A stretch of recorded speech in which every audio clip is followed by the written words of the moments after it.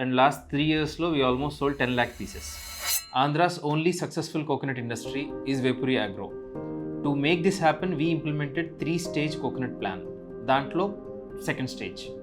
Make continuous R&D and develop new coconut concept products.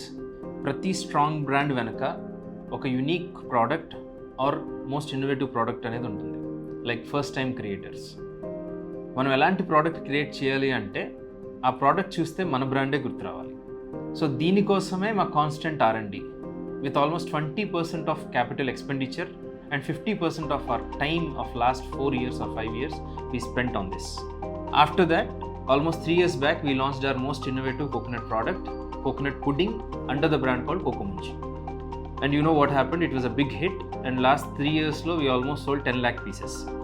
But we didn't stop there.